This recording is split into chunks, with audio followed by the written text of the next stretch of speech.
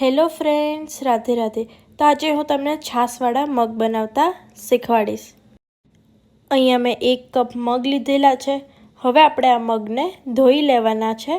ધોઈને આપણે આને કુકરમાં બાફવા મૂકવાના છે. મેં આમાં 3 ગ્લાસ જેવું પાણી એડ કરેલું છે. હવે આપણે આના અંદર 1 ટેબલ સ્પૂન હળદર એડ કરીશું. થોડુંક મીઠું એડ કરીશું. સ્વાદ અનુસાર નાખી દેવાનું તમારે.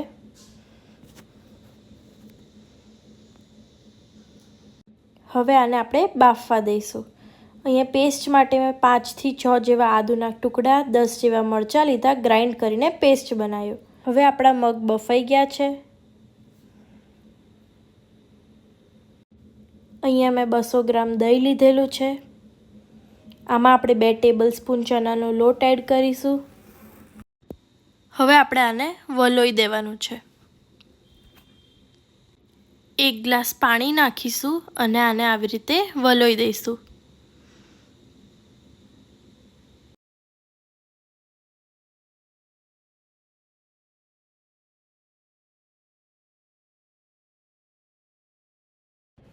હવે આપણે તપેલીના અંદર 3 ટેબલ સ્પૂન તેલ લીધું છે. 2 સુકાયેલા મરચાં એડ કર્યા. 1 ટેબલ સ્પૂન જીરું એડ કરીશું. 1 ટેબલ સ્પૂન હિંગ એડ કરીશું.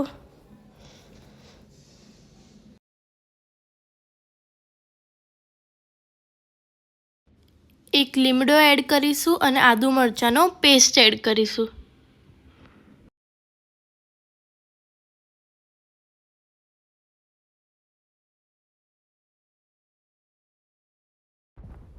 એક ટેબલ સ્પૂન હળદર એડ કરીશું.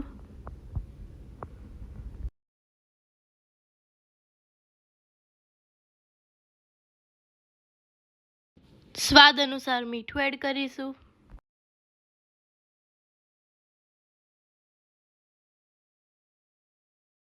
બાફેલા મગ એડ કરીશું. હવે આપણે આને મિક્સ કરી દઈશું.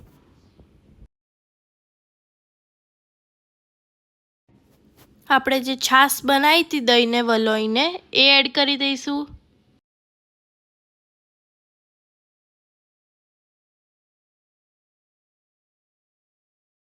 અને મિક્સ કરીશું અને 7 થી 8 મિનિટ સુધી બનવા દઈશું.